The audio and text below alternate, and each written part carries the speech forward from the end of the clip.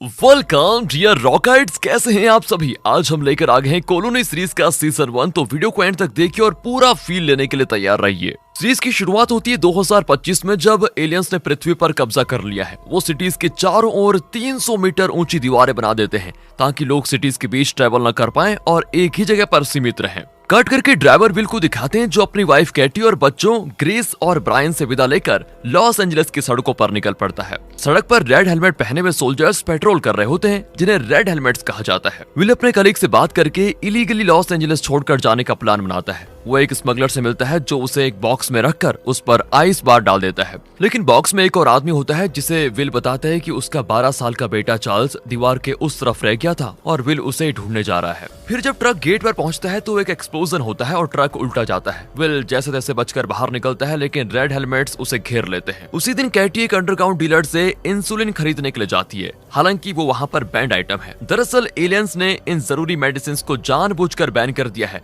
ताकि कमजोर लोग सर्वाइव न कर पाएं। वो इंसुलिन के बदले शराब की बोतल देती है, लेकिन इंसुलिन तो खराब हो चुका था। कैटी तो अपनी गन निकालकर उसको धमकाकर चली जाती है। हालांकि गन रखना यहाँ पर इलीगल है और अगर ड्रोन्स ने डिटेक्ट कर लिया तो कैटी तो मारी जाती भाई। दूसरी ओर विल जेल में होता है और वो कैटी को कॉल भी नहीं कर पाता। कैटी बड़ी परेशान होती है क्योंकि रात को किसी का बाहर जाना यहाँ पर सख्त मना है। फिर उसकी बहन मैडी आती है जिसके बेटे को इंसुलिन की सख्त जरूरत होती है। तो कैटी इंसुलिन की तलाश में निकल पड़ती है और विल के कलीग से ही मिलती है, पर वो झूठ बोलता है कि उसे विल के बारे में कुछ नहीं पता, जबकि उसी ने विल को बाहर भेजने में मदद की थी। कैटी को इस तरह खाली हाथ ही लौटना पड़ता है। अचानक पूरी सिटी में अलार्म बजने लगता है। कैटी तो जल्दी से एक मिलिट्री ट्रक के नीचे छिप जाती है और तभी उसके ऊपर एक ड्रोन आ जाता है। इसी बीच एक कैदी को उस ट्रक में घुसाया भी जाता है। कैटी तो बिल्कुल सांस पकड़कर लेटी होती है, लेकिन खुशकिस्मती से वो गाड़ी निकल जाती है और उसके साथ ही ड्रोन भी चला जाता है। किसी तरह वो जिंदा घर पहुंच जाती है। अगली सुबह वो विल के बारे में पूछने के लिए अपने दोस्त ब्रूस से मिलने जाती है, जो विल के साथ उस वक्त FBI में काम करता था जब एलियंस पृथ्वी पर नहीं उतरे थे। वो अब कैटी को प्रॉमिस करता है कि मैं विल का पता लगाता हूँ, रुको तुम। फिर कैटी हॉस्पिटल जाती है जहाँ पर बिल्कुल हलचल मची होती है क्योंकि सिटी के एंट्रेंस पर ब्लास्ट हुआ था। अब इस माहौल का फायदा उठाकर कैटी चुपके से स्टोर रूम में जाकर इंसुलिन के कई वायल्स चुरा लेती है। यहाँ जेल में विल को उसका सेलमेट बताता है कि जल्दी उन्हें एलियंस के कारखाने में काम करने के लिए भेज दिया जाएगा। इसी बीच कुछ सोल्जर्स आकर विल को पकड़कर लेकर जाते हैं क्योंकि उन्हें पता चल चुका था कि विल FBI में काम करता था। वो उसे ग्रीन जोन में लेकर जाते हैं जहां पर अब दुनिया के लीडर्स बसते हैं। वहां वो स्नाइडर से मिलता है जो लॉस एंजलिस के गवर्नर का असिस्टेंट है। वो जानता है कि विल एक काबिल FBI ऑफिसर था और वो खतरनाक क्रिमिनल्स को पकड़ने में एक्सपर्ट भी था। लेकिन जब से पृथ्वी पर एलियंस आए हैं, पुलिस और मिलिट्री तो उन्हीं के हाथों की कठपुतली बनकर रह गई है। इसी वजह से विल को अपनी पहचान छुपा कर रखनी पड़ती है। पर अब स्नाइडर को उसकी मदद चाहिए। वो चाहता है कि विल रेबल्स के लीडर को पकड़ कर लाए जो एलियंस की सरकार के खिलाफ काम कर रहे हैं और लोगों को उनके खिलाफ भड़का भी रहे हैं। बदले में गवर्नर विल की फैमिली को पूरी प्रोटेक्शन देगा। इसी बीच एक एलियन स्पेसक्राफ्ट लॉन्च होने वाला होता है और उसी वक्त स्नाइडर विल को बताता है कि अगर तुमने ये काम नहीं किया तो तुम्हारी बजाय तुम्हारी फैमिली को एलियंस की फैक्ट्री में काम करने के लिए भेज दिया जाएगा। उसी रात रेड हेलमेट्स विल को उसके घर छोड़ देते हैं। उसकी फैमिली उसको देखकर बड़ी खुश होती है। विल बोलता है कि मैं एक एक्सीडेंट में फंस गया था इसलिए देर हो गई है, लेकिन कैटी तो जानती है कि वो झूठ बोल रहा है। विल फिर सच बता ही देता है कि मैं हमारे बेटे चार्ल्स को ढूंढने गया था। कैटी बेचारी रो पड़ती है, लेकिन जब विल कैटी को स्नाइडर के प्रस्ताव के बारे में बताता है तो वो गुस्सा हो जाती है और कहती है कि मैं एक गद्दार की पत्नी नहीं कहलाना चाहती हूँ। अगली सुबह वो स्नाइडर को अपने किचन में पाते हैं जिसने खुद उनके लिए ब्रेकफास्ट बनाया होता है। दरअसल वो विल की वाइफ कैटी को भी कन्विंस करने आया है कि अगर विल ने उनका काम किया तो उन्हें कौन कौन से बेनिफिट्स मिलेंगे। 24 घंटे सिक्योरिटी, बच्चों के लिए पर्सनल ट्यूटर, अच्छा खाना और परमानेंट नौकरी। इतना ही नहीं, एलियंस तुम्हें तुम्हारा पुराना बार खोलने की परमिशन भी देंगे। विल फिर ये सुनकर ये प्रस्ताव मान जाता है, लेकिन साथ ही कहता है कि मुझे अपना बेटा चार्ल्स वापस चाहिए किसी भी हालत में। स्नाइडर भी प्रॉमिस करता है कि मैं अपनी तरफ से पूरी कोशिश करूंगा। अब अगली सुबह केटी एक जगह पर पहुंच जाती है जहां पर एलियंस के खिलाफ काम करने वाले रेबल्स रहते हैं। वो तो उन्हें बता देती है कि सरकार ने एलियंस के लिए काम करने के लिए मेरे पति विल को हायर किया है। अगले दिन दिखाते हैं तो विल काम पे जाता है तो उसको पता चलता है कि स्नाइडर ने उससे धोखा दिया है। दरअसल विल को एक स्पेशल यूनिट का कमांडर बनाने के बजाय उसने विल को फिलिस का सबऑर्डिनेट बना दिया था, जो अब उसे उस आदमी का पता लगाने का काम देती है जिसने सिटी एंट्रेंस में बॉम्ब रखा था। और इस टास्क में उसका पार्टनर होता है बेंजामिन नाम का एक पुलिस ऑफिसर। दूसरी ओर केटी अपने पुराने बार में जाती है जहां उसके खोए हुए बेटे चार्ल्स की बहुत सारी चीजें होती है। तब ब्रूस वहां पर आता है और पूछता है पुलिस को बॉम्ब ब्लास्ट के बारे में क्या पता चला, कुछ पता चला क्या? पर केटी कहती है कि विल ने तो आज ही काम ज्वाइन किया है, अब तक उसे कुछ पता नहीं चला। वैसे वहाँ विल और बेंजामिन एक वांटेड क्रिमिनल की गर्लफ्रेंड के घर पहुंच जाते हैं। वो क्रिमिनल वहीं पर होता है, ये लोग उसको पकड़ भी लेते हैं, लेकिन तभी एक ड्रोन वहां पर आता है। विल उसकी लेंस को डायरेक्टली घूरता है तो ड्रोन वहां से चला जाता है। फिर वो उस क्रिमिनल को पुलिस स्टेशन लेकर आते हैं जहां पर विल का पुराना कलीग होता है। वो विल से विनती करता है कि मुझे अपना इन्फॉर्मर बताकर रिलीज करवा दो यार प्लीज। विल भी फिल से ये बात करता है लेकिन वो मना कर देती है। अब विल उस कलीग के घर जाता है जो कि घर नहीं बल्कि असल में एक ट्रेलर व्हीकल है, लेकिन वहाँ उसकी फैमिली नहीं होती क्योंकि उसकी वाइफ और बच्चा विल के घर गए होते हैं। यहाँ देखते हैं तो केटी उन दोनों को अपने घर की ऊपर वाली मंजिल में छुपाकर ब्रूस के पास जाती है। वो विल के कलीग और उसकी वाइफ के लिए नए डॉक्यूमेंट्स बनवाने को कहती है, लेकिन वो मदद करने से इनकार कर देता है क्योंकि रेबल्स ये रिस्क नहीं ले सकते। कैटी निराश होकर वहाँ से घर लौट आती है और जब विल घर आता है तो अपने कलीग की वाइफ और बेटे को सेफ पाकर बड़ा खुश हो जाता है और उन्हें एक आदमी के पास लेकर जाता है जो उनके लिए नकली डॉक्यूमेंट्स बना सकता है। लेकिन रास्ते में वो रेड हेलमेट्स उनको रोक लेते हैं, पर जब विल उन्हें अपना पास दिखाता है ना तो वो सॉरी कहकर उसको जाने देते हैं। अब ये देखकर कैटी तो चौंक जाती है कि वाह। आखिर वो उस आदमी के पास पहुंच जाते हैं और जब वो आदमी नकली डॉक्यूमेंट्स बना रहा होता है तो विल कैटी को बता देता है कि मैंने उस क्रिमिनल को पकड़ लिया जिसने सिटी एंट्रेंस पर बॉम्ब रखा था, और जब मैं इन रेबल्स के चीफ जेरा नामो को भी पकड़ लूंगा तो मुझे अपना बेटा चार्ल्स वापस मिल जाएगा। फिर विल अपने दोस्त की वाइफ और बच्चे को एक रिफ्यूजी कैंप पर लेकर जाता है। कैटी रेबल्स के लीडर एलेक्स से मिलती है जो कहता है कि फिलहाल तो हमें चुप रहना होगा। वैसे बॉम्ब ब्लास्ट के लिए जो आदमी पकड़ा गया है वो दूसरे रेबल ग्रुप का आदमी है, पर तुम फिक्र मत करो, मैं उन्हें सतर्क रहने को कह दूंगा। जब विल पुलिस स्टेशन लौटता है तो फिल्स बताती है कुछ प्रिजनर्स को एलियंस की फैक्ट्री में भेजा जा रहा है। दरअसल जब एलियंस ने पृथ्वी पर कदम रखा था तो सिर्फ 8 घंटों में उन्होंने सिटी के सारे डिफेंस सिस्टम्स को डिस्ट्रॉय कर दिया। ऐसे में रेबल्स का छोटा सा ग्रुप उनका क्या बिगाड़ लेगा। उस रात भी अपना विल बहुत परेशान होता है। वो कैटी को बताता है कि जो रेबल पकड़ा गया था उसने अपना मुंह खोल दिया है और पता चल चुका है कि उसका ग्रुप कहां पर छुपा हुआ है। फिर विल निकल जाता है और केटी तुरंत ब्रूस को कॉल करके ये इन्फॉर्मेशन दे देती है। दूसरी ओर कातिलों को फैक्ट्री में ले जाया जाता है जहां उनके कपड़े उतरवाए जाते हैं और उन्हें डिसइंफेक्ट करके दूसरे कपड़े दिए जाते हैं। इतने में रेड हेलमेट्स रेबल को पकड़ने के लिए उनकी जगह पर भी पहुंच जाते हैं, लेकिन वहां सिर्फ रेबल्स की लाशें होती है। विल रियलाइज करता है कि पुलिस डिपार्टमेंट में कोई गुप्तचर तो जरूर है जो रेबल्स को इन्फॉर्मेशन लीक कर रहा है। अगली सुबह एक आदमी एक ट्रॉली लेकर लॉस एंजलिस के घर के अंदर जाता है। तुरंत एक रेडियो ब्रॉडकास्ट शुरू होता है जिसमें जेरा नामो की आवाज गूंजती है कि हमें एलियंस की तानाशाही खत्म करनी होगी। इस ट्रांसमिशन को रेड हेलमेट्स डिटेक्ट कर लेते हैं और उस लोकेशन पर पहुंच जाते हैं, और तभी विल का बेटा ब्रायन उस रिकॉर्डिंग का डुप्लीकेट बनाकर उन कैसेट्स को बेड के नीचे छुपा देता है। पर जब मिलिट्री लॉस एंजलिस के उस घर में पहुंचती है तो वहां कोई नहीं होता। उसी दिन कैटी पहली बार रेबल्स के साथ मिलकर एक फूड ट्रक पर हमला कर देती है। इस ऑपरेशन के दौरान उनका एक साथी जिसका नाम किम है वो बुरी तरह घायल हो जाता है। कैटी उसे बचाने की कोशिश करती है लेकिन ब्रूस उसे वहीं खत्म कर देता है। ये देखकर तो कैटी चौंक जाती है। इतने में ड्रोन्स आ जाते हैं और हर किसी पर शूट करने लग जाते हैं, लेकिन ब्रूस जानता था कि रेड हेलमेट्स कितनी देर में क्राइम सीन पर पहुंचने वाले हैं। इस ऑपरेशन के बाद केटी बड़ी तेजी से घर आती है और तुरंत शरीर पर लगा खून साफ करने लग जाती है। वो इतनी शॉक में होती है कि वो किसी से बात तक नहीं करना चाहती और बहुत देर बाथरूम में खुद को बंद कर लेती है। अगले दिन ब्रायन अपने टीचर को एक कैसेट देता है। टीचर बताता है कि एलियंस के शिप जिस तरह टेक ऑफ करते हैं उसमें बदलाव आया है। उसने एक्चुअली एक बहुत बड़े ऑब्जेक्ट को पृथ्वी का चक्कर लगाते हुए देखा था, इसलिए अब वो बहुत ही पावरफुल टेलीस्कोप बनाने वाला है। यहाँ पुलिस घटना स्थल पर पहुंच जाती है और वो किम की लाश को देखते हैं। फिल्स उसकी फोटो लेने को कहती है और उसे पता चल जाता है कि उस लड़के का नाम किम है। अब रेड हेलमेट्स किम के घर जाकर उसके पेरेंट्स को अरेस्ट कर लेते हैं। इस बात से तो यहाँ विल को बहुत गुस्सा आता है। साथ ही वो भीड़ में खड़े ब्रूस को नोटिस करता है। ब्रूस तुरंत रेबल्स के बेस में पहुंचकर किम के पेरेंट्स के अरेस्ट के बारे में इन्फॉर्म कर देता है, लेकिन इस बार उनका लीडर एलेक्स बहुत ही कॉन्फिडेंट है कि किम के पेरेंट्स पुलिस को कुछ नहीं बता पाएंगे क्योंकि वो खुद नहीं जानते थे कि किम रेबल था। विल घर जाता है तो कैटी बताती है सुबह मेरे अजीब बर्ताव के लिए मुझे माफ कर दो। दरअसल बार में चार्ल्स की चीजों को देखकर मैं जरा परेशान हो गई थी। विल भी उससे माफी मांगता है कि मैं एलियंस की हुकूमत के खिलाफ कुछ नहीं कर पा रहा हूँ, मुझे भी माफ कर दो। कर पाता तो कब का हमारा बेटा चार्ल्स वापस आ चुका होता। विल के जाने के बाद केटी ब्रूस से मिलती है जो बताता है मैंने किम को इसीलिए मारा ताकि वो पुलिस के टॉर्चर से बच जाए, और अब केटी को विल से पता लगाना होगा कि उसे इन्वेस्टिगेशन में क्या क्या पता चला है। दूसरी ओर ब्रायन की गर्लफ्रेंड उससे मदद मांगती है क्योंकि उसका भाई सिटी के तगड़ी दीवार के नीचे उस टनल में फिसल कर गिर गया था और उसके पैर पर भी चोट लग गई थी। ब्रायन उसके साथ जाता है। दरअसल एलियंस के आने से पहले ब्रायन की गर्लफ्रेंड के पिता यहाँ पर काम करते थे और अब वो इस टनल के जरिए दीवार के उस तरफ जाने की कोशिश कर रहे थे। यहाँ विल और बेंजामिन एक कल्चरल सेंटर में जाते हैं जहाँ पर किम जाया करता था। वहाँ पर उन्हें कई वेपन्स मिलते हैं। यहाँ ब्रायन के फ्रेंड्स बताते हैं कि वो कई दिनों से इस टनल के रास्ते से दीवार के उस तरफ फूड आइटम्स लेने जाते हैं, असल में उस तरफ कोई नहीं है। यहाँ दिखाते हैं तो एलेक्स ब्रूस से कहता है, तुम कैटी को बता दो कि उसके पति ने कल्चरल सेंटर से हमारे वेपन्स निकालकर अच्छा नहीं किया।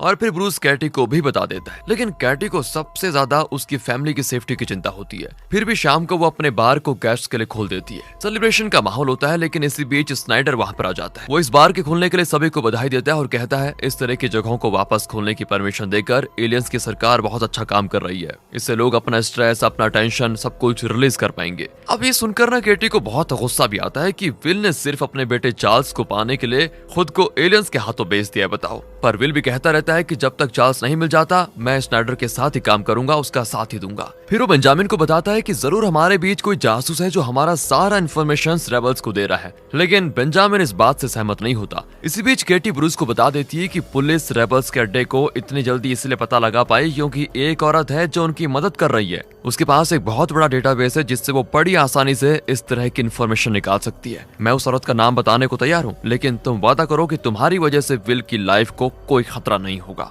ब्रूस वादा कर देता है। अगले दिन रेड हेलमेट्स स्कूल में घुसकर एक टीचर को अरेस्ट कर लेते हैं और एक स्टूडेंट को पीट भी देते हैं। उनमें से एक आदमी हेलमेट उतारता है तो पता चलता है कि वो ब्रूस है। फिर वो रेबल्स के बेस में जाकर एलेक्स को बताता है कि मैंने रेड हेलमेट्स का ड्यूटी शेड्यूल देख लिया, अब हम जान सकते हैं कि वो किस वक्त कहां पर होंगे, इससे हमारा काम आसान हो जाएगा। उसी दिन फिल्स विल को लॉस एंजलिस रेबल्स के बारे में कुछ इन्फॉर्मेशन दिखाती है और कहती है अगर वो एक हो गए और गवर्नर के खिलाफ जंग पे उतर आए तो एलियंस इस पूरी सिटी को मिटा डालेंगे, फिर ना तुम बचोगे और ना तुम्हारी फैमिली, इसलिए तुम आखिर तक हमारा साथ देना। दूसरी ओर कैटी बच्चों को उनकी गवर्नेंस के साथ टहलने के लिए भेज देती है। फिर कैटी एक स्ट्रीट लाइट को ऑन करती है जिससे रेबल्स को एक सिग्नल मिलता है और एक बोतल के टूटने की आवाज आती है। फिर वो 1 से 10 तक गिनती है और फायर एक्सटिंग्विशर निकालकर वहां पर आग को बुझाती है। आग बुझाने के बाद वो इमरजेंसी सर्विसेज को कॉल करती है। फिर रेड हेलमेट्स के साथ विल भी आ जाता है और उसे गुस्सा भी आता है कि वो उसके घर की तलाश लेना चाहते हैं। फिल्स कैटी को प्रॉमिस करती है कि तुम्हारी फैमिली की सेफ्टी सरकार के लिए सबसे इम्पोर्टेंट है और हमने तो पड़ोसियों को भी वार्न कर लिया है कि अगर तुम लोगों को कुछ हुआ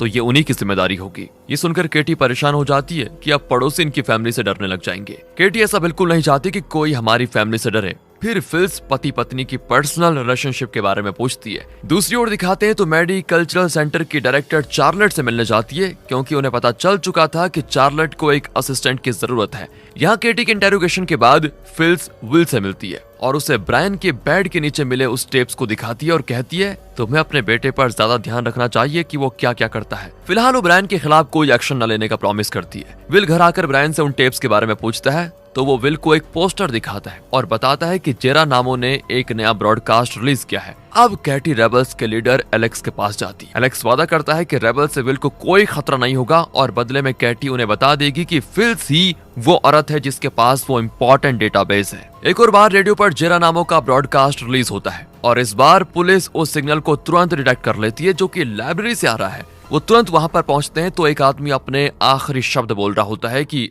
अब बगावत को कोई नहीं रोक सकता। उसे तुरंत अरेस्ट कर लिया जाता है, लेकिन विल जानता है कि जेरा नामो ये हो ही नहीं सकता। ये सुनकर स्नाइडर परेशान हो जाता है क्योंकि उसने पहले ही गवर्नर को बता दिया था कि हम जेरा नामो को पकड़ चुके हैं, पर ये तो वो है नहीं। दूसरी ओर वहां दिखाते हैं तो चार्लेट बड़ी टेंशन में होती है क्योंकि उसे अपने कल्चरल सेंटर के लिए एक फेमस आर्टिस्ट की पेंटिंग चाहिए थी, लेकिन वो उसे मिली नहीं। तब मैडी बताती है कि वो एक ऐसे आदमी को जानती है जो उन पेंटिंग्स को कलेक्ट करता है, क्योंकि मैडी इससे पहले एक आर्ट हिस्टोरियन थी। यहाँ वो आदमी जिसे पुलिस ने अरेस्ट किया था वो कबूल कर लेता है कि असल में वो जेरा नामो है ही नहीं, बल्कि उस ब्रॉडकास्ट में उसने जो भी कहा था वो उसे एक पाइप में लिखा हुआ मिला था। विल की टीम वहां पहुंचती है तो वो देखते हैं कि वो पाइप ग्रीन जोन की ओर जाता है। यहाँ चार्लेट को पेंटिंग भी मिल जाती है और इसी खुशी में वो मैडी को अपनी असिस्टेंट का जॉब दे देती है और प्रॉमिस भी करती है कि तुम्हारे बेटे के लिए इंसुलिन का इंतजाम मैं करवाऊंगी। दूसरी ओर फिल्स विल को बताती है कि मैंने तुम्हारे बेटे के पास मिले सारे टेप्स जला दिए हैं, अब तुम्हें उसकी फिक्र करने की जरूरत नहीं है। वो घर जाता है तो ब्रायन बताता है मैं जेरा नामो को इसलिए सपोर्ट करता हूँ क्योंकि आम लोगों की आखिरी उम्मीद वही है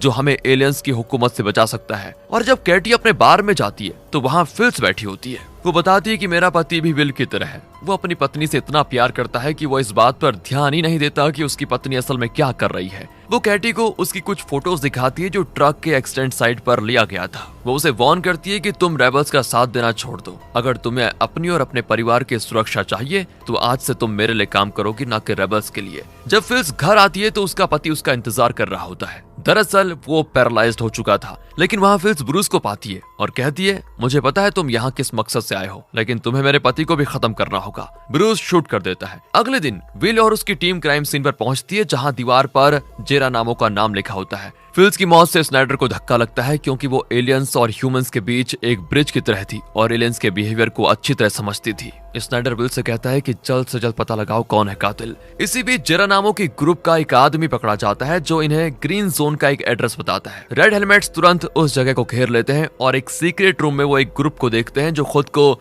जेरा नामो ग्रुप कहता है। दूसरी ओर ब्रायन अपनी गर्लफ्रेंड के साथ दीवार के उस तरफ पहुंचता है जहां पर एक सुनसान सिटी है। वहां पर एक बहुत बड़ा गोडाउन होता है जहां इनकी जरूरत की ढेर सारी चीजें स्टॉक में होती हैं। अब लॉस एंजलिस में हर तरफ अनाउंसमेंट होता है कि जेरा नामो का ग्रुप खत्म कर दिया जा चुका है, लेकिन विल जानता है कि ये झूठ है। यहाँ स्नाइडर परेशान हो जाता है, क्योंकि इन्होंने जिस कपल को जेरा नामो ग्रुप समझकर अरेस्ट किया था वो किसी भी एंगल से टेररिस्ट नहीं दिखते। स्नाइडर विल को वार्न करता है कि अगर तुमने असली जेरा नामो ग्रुप को नहीं पकड़ा तो मैं चार्ल्स को ढूंढने में तुम्हारी जरा भी मदद नहीं करूंगा। वो विल को सर्च टीम का हेड अपॉइंट कर देता है। विल तुरंत अपना काम शुरू करता है, क्योंकि उसे अपना बेटा चार्ल्स चाहिए। उसकी असिस्टेंट जेनिफर बताती है, शायद तुम्हारी वाइफ ही जासूस है जो पुलिस की हर खबर उन रेबल्स को दे रही है। विल परेशान होकर घर आता है तो ब्रायन अपनी बहन ग्रेस को एक बुक ला कर देता है जो उसने दीवार के उस तरफ वाले गोडाउन से निकाली थी, लेकिन वो विल से झूठ कहता है कि मैंने अपने दोस्त को कुछ संतरे दिए और बदले में बुक ले ली। यहाँ स्नाइडर उस आदमी को इंटेरोगेट करता है जिसे जेरा नामो समझकर इन लोगों ने पकड़ा था। वो कहता है, मैं महज एक एक्टर हूँ सर। अब स्नाइडर उसे प्रॉमिस करता है कि अगर तुम हमारे लिए अपनी जेरा नामो वाली एक्टिंग जारी रखोगे तो मैं तुम्हें दूसरी सिटी ब्लॉक में भिजवा दूंगा जहां तुम आराम से रह सकोगे। यहाँ ब्रायन अपने टीचर को एक पावरफुल लेंस दिलाने का वादा करता है जिससे वो एक पावरफुल टेलीस्कोप बना पाएगा। दूसरी ओर विल कैटी के बार को सर्च करता है, लेकिन उसे वहाँ पर कैटी के खिलाफ कोई एविडेंस नहीं मिलता सिवाय एक बुक के जिसके बारे में वो कुछ नहीं जानता। यहाँ ये डुप्लीकेट जेरा नामो पर मुकदमा चलता है जिसे लाइव टेलीकास्ट किया जाता है। वहाँ टेररिस्ट अटैक के सारे विक्टिम्स और उनके परिवार वाले उसके खिलाफ गवाही देते हैं। अब नकली जेरा नामो को फांसी देने के लिए सिटी के बीच एक स्टेज सेट किया जाता है और जो एक्टर जेरा नामो बना है वो स्नाइडर की बात पर विश्वास करके ये सब कुछ कर रहा है, क्योंकि स्नाइडर ने वादा किया है कि वो टेररिस्ट को खत्म करेगा और उसे दूसरी सिटी में भेज देगा। लेकिन जब सच में उसको फांसी के तख्ते पर ले जाया जाता है तब जाकर वो रियलाइज करता है कि स्नाइडर ने उसको धोखा दे दिया है, लेकिन अब तो कुछ कर भी नहीं सकता और उसे फांसी पर लटका दिया जाता है। स्नाइडर तुरंत विल को एक जगह पर लेकर जाता है। अब दूसरी ओर एलेक्स दूसरे अटैक की तैयारी में लग जाता है और कैटी भी उनके साथ होती है। यहाँ विल स्नाइडर पर गुस्सा करता है कि एक बेकसूर एक्टर को धोखा देकर सबके सामने उसकी जान लेकर तुम्हें आखिर मिला क्या।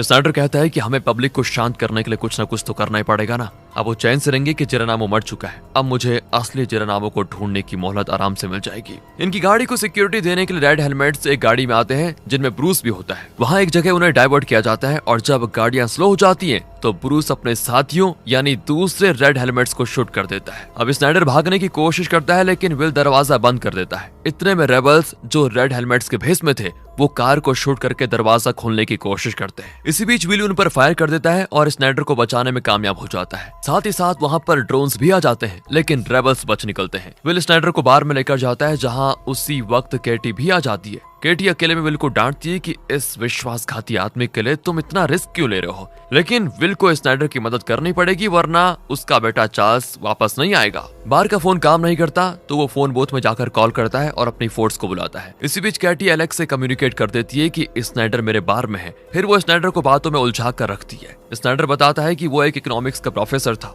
वो सिर्फ 6 या 7 कॉलोनीज के बारे में जानता है और उन कॉलोनीज के आगे क्या है वो इस बारे में कुछ नहीं जानता। इतने में विल लौट आता है और बताता है कि हमारी फोर्स जल्दी यहाँ पर पहुंच जाएगी। वो आगे कहता है कि असल में जेरा नामो किसी एक आदमी का नाम नहीं बल्कि उन सारे लोगों का नाम है जो एलियंस के खिलाफ विरोध करना चाहते हैं। कैटी कहती है कि अगर कोई स्नाइडर को खत्म करना चाहता है तो तुम बीच में मत आना प्लीज। पर विल कहता है कि अगर मैं नहीं तो कोई और मेरी जगह ले लेगा, स्नाइडर को बचा लेगा। इसी बीच स्नाइडर रिवील करता है कि उसकी टीम ने चार्ल्स का पता लगा लिया है और उसे यहाँ लाने की पूरी कोशिश की जा रही है। अचानक कोई दरवाजे पर नॉक करता है। ये लोग स्नाइडर को छुपा देते हैं और दरवाजा खोलते हैं। रेड हेलमेट के भेस में ब्रूस अंदर आता है। केटी उसको बेसमेंट में लेकर जाती है और उसे फिर वार्न करती है कि स्नाइडर को मारने के चक्कर में विल को कुछ नहीं होना चाहिए, ध्यान रखना। पर वो कहता है कि मैं इसकी गारंटी तो नहीं दे सकता क्योंकि तुम्हारे पति को हमारे हर ऑपरेशन में टांग अड़ाने की जो आदत है ना, वो सही नहीं है। घर की तलाशी लेकर ब्रूस चला जाता है, लेकिन विल को यकीन हो जाता है कि ये रेबल्स का आदमी था और जल्दी अपने साथियों को यहाँ पर जरूर लेकर आएगा। वो दरवाजे को ब्लॉक करने लग जाते हैं। स्नाइडर फिर एक बार चार्ल्स का जिक्र करता है तो केटी को गुस्सा आ जाता है कि ये बार बार चार्ल्स का नाम लेकर हमें धमकाने की कोशिश करता रहता है। इसी बीच रेबल्स बार का दरवाजा तोड़ने की कोशिश करते हैं लेकिन सफल नहीं होते। अब स्नाइडर घबरा जाता है और कबूल करता है कि मैं तो सिर्फ गवर्नर के ऑर्डर पे काम कर रहा हूँ, असल में मैंने एलियंस को कभी देखा तक नहीं है। विल केटी को छुप जाने के लिए कहता है और खुद स्नाइडर की सुरक्षा के लिए रेबल्स से लड़ने का फैसला करता है। फिर रेबल्स एक स्मोक ग्रेनेड फेंक कर अंदर घुस आते हैं। विल उन पर फायर करता है और तभी एक रेबल विल को देख लेता है और विल को मारने की कोशिश करने ही वाला होता है कि तभी केटी उसको शूट कर देती है। पर जब ब्रूस उस पर एम करता है तो विल कैटी को गन हटा देने को कहता है। फिर वो विल और कैटी को गन पॉइंट पर बेसमेंट में ले जाकर छोड़ देता है और वहां से निकल जाता है, लेकिन विल एक मशीन गन लेकर उसके पीछे जाता है। इतने में सारे रेबल्स वहां से निकल चुके थे। फिर असली रेड हेलमेट्स आकर स्नाइडर को कबर्ड से बाहर निकालते हैं जहां विल ने उसको छुपा रखा था। उसी शाम को दिखाते हैं तो विल कैटी को बताता है असल में इन रेबल्स का तेरा नामों से कोई लेना देना है ही नहीं,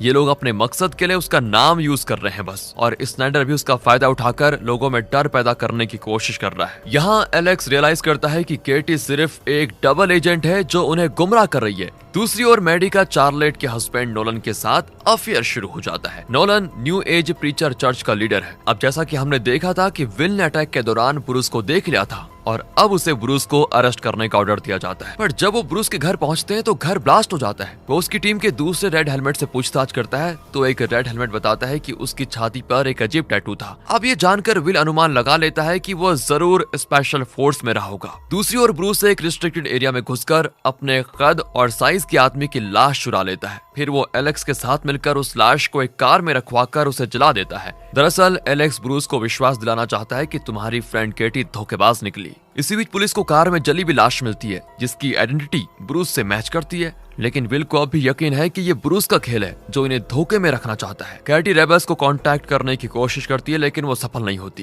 पर उसे एक एनक्रिप्टेड मैसेज मिलता है जिसमें रेबल्स की मीटिंग वाली जगह का जिक्र होता है। कैटी वहां पर पहुंचती है तो ब्रूस उसको लेने आ जाता है। यहाँ जेनिफर को पुलिस डेटाबेस में 14 लोगों की डिटेल्स मिलती है, लेकिन उन सब की फोटोज ब्रूस की होती है। वो बताती है कि ब्रूस न सिर्फ स्पेशल फोर्स में था बल्कि वो एक FBI एजेंट भी रह चुका है। यहाँ ब्रूस कैटी से सवाल करता है कि तुमने अपने ही साथी को शूट क्यों किया, ये बताओ। वो बताती है कि मैंने शुरू से तुमसे कह दिया था कि मेरे पति को या बच्चों पर कोई आंच नहीं आनी चाहिए। मैंने कोई गद्दारी नहीं की और अब तक जी जान से एक रेबल बनकर लड़ रही हूँ। लेकिन दोस्तों ब्रूस अब भी उसकी सच्चाई पर शक करता है तो वो निराश होकर वहां से चली जाती है। उसके बाद ब्रूस रिचल नाम के एक रेबल के पास आता है और बताता है कि एलेक्स ने कैटी को खत्म कर देने का ऑर्डर दे दिया है, लेकिन मैं वो काम नहीं कर पाऊंगा। यहाँ विल स्नाइडर से मिलने ग्रीन जोन में जाता है और बताता है कि ब्रूस महज एक रेबल नहीं बल्कि बहुत ही पहुंचा हुआ FBI एजेंट है जो अब रेबल बन गया है, लेकिन मैं उसे कैसे भी पकड़ कर रहूंगा। इस पर स्नाइडर उसको चार्ल्स की एक रिसेंट फोटो दिखाता है और जब वो कैटी को फोटो दिखाता है तो वो कहती है कि हमें कैसे भी करके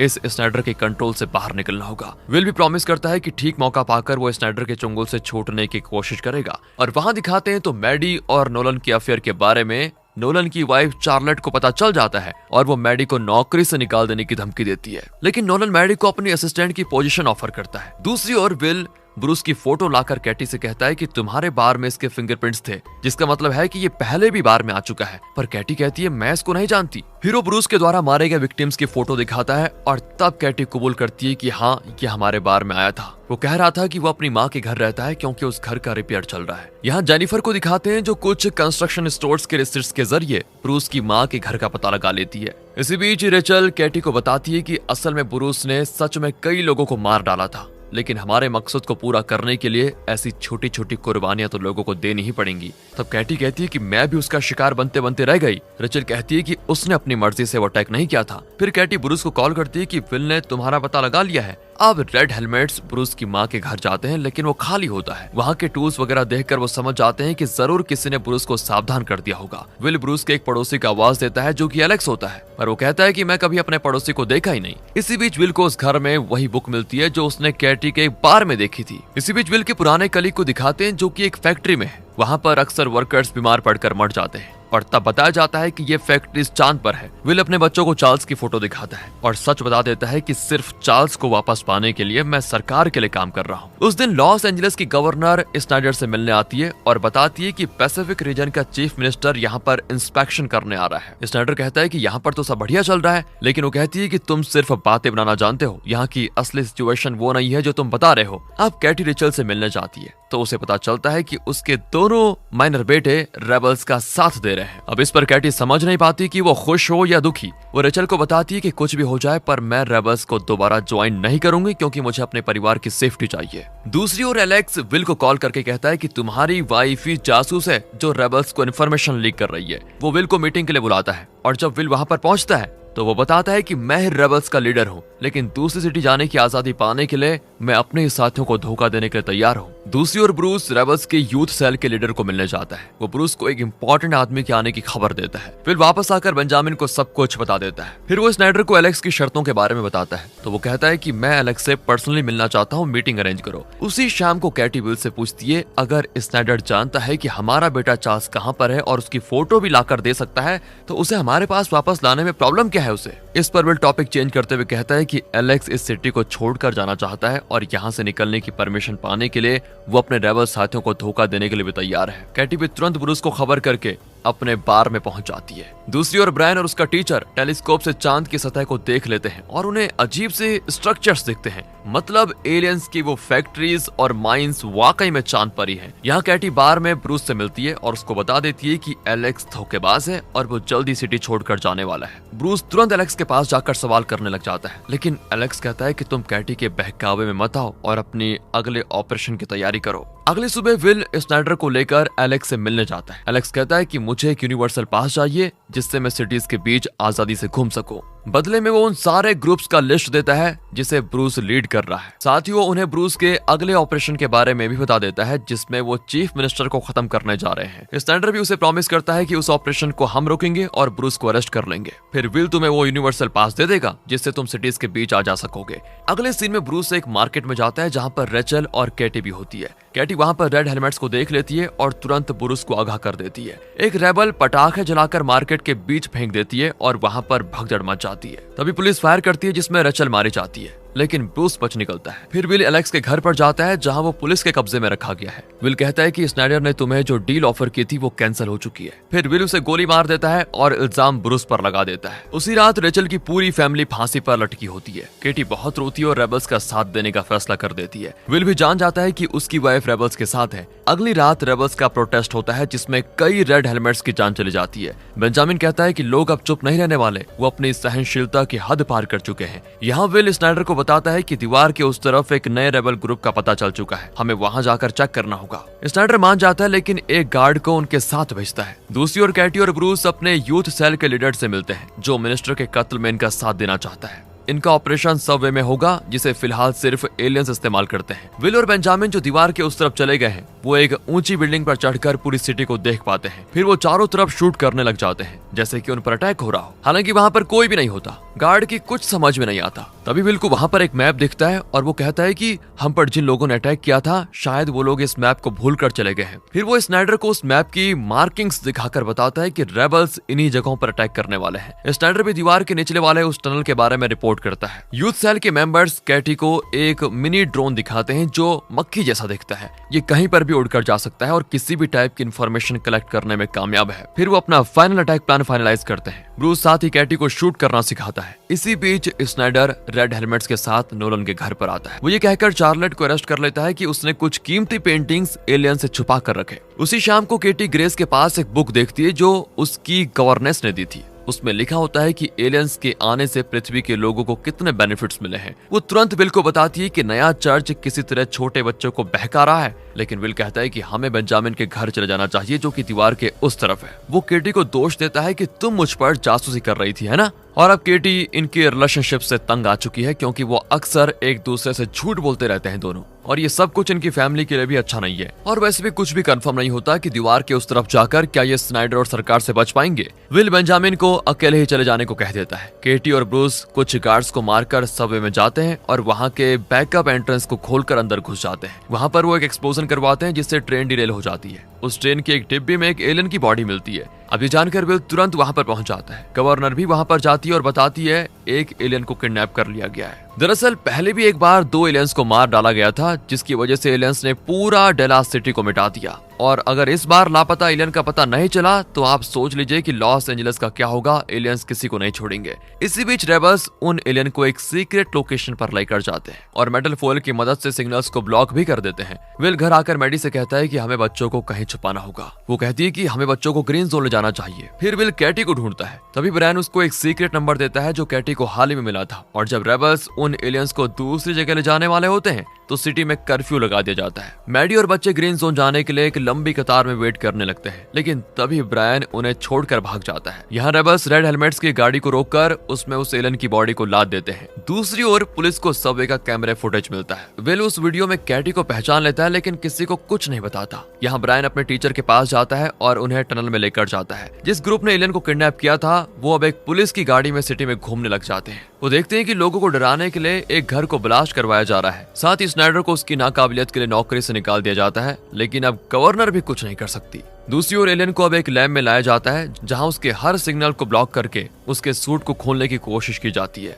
दिखाते हैं तो विल जेनिफर को रेबल का कोड बुक देता है और दोनों मिलकर एक फुटेज देखते हैं जिसमें इन्होंने ब्रूस को अरेस्ट करने की कोशिश की थी। उससे इन्हें यूथ सेल के लीडर का पता चल जाता है जिसका नाम है सिमन। रेबल्स उस एलियन के कम्युनिकेटर डिवाइस को एक्टिव करना जानते हैं, लेकिन इतने में विल दरवाजे पर नॉक कर देता है। वो कहता है कि तुम बस उस एलियन को छोड़कर चले जाओ, मैं तुम लोगों को कुछ नहीं करूंगा। लेकिन कैटी दरवाजा नहीं खोलती और एक सीक्रेट दरवाजे से रेबल को बाहर भेज देती है। तभी बाहर ड्रोन्स उस घर को घेरने लग जाते हैं। कैटी दरवाजा खोलती है और विल पुलिस को कॉल कर देता है। फिर वो उस एलियन को लेकर जाते हैं। इस पर स्नाइडर विल को थैंक करता है और उसे एक यूनिवर्सल पास दिया जाता है जिसके जरिए वो कहीं भी आजादी से घूम सकता है, दूसरी सिटीज में भी जा सकता है आराम से। खासकर अब वो अपने बेटे चार्ल्स से मिल पाएगा। दूसरी ओर ब्रायन और उसका टीचर दीवार के निचले वाले टनल में जाते हैं, पर उन्हें पुलिस पकड़ लेती है। Red helmets petrol team Snyder को पकड़ कर लेकर जाती है। विल अपने बेटे को ढूंढने दीवार के उस तरफ चला जाता है और केटी घर लौट आती है जो कि अब एकदम खाली है। और इसी के साथ कॉलोनी सीरीज का पहला सीजन यहाँ पर खत्म होता है। अगर ये वीडियो आपको अच्छी लगी हो, स्टोरी अच्छी लगी हो, एक्सप्लेनेशन अच्छा लगा हो तो इसे ज्यादा से ज्यादा शेयर करें, लाइक करें और चैनल को करें सब्सक्राइब। मिलते हैं अगली वीडियो में, तब तक के लिए ध्यान रखेगा अपना and finally thanks for watching.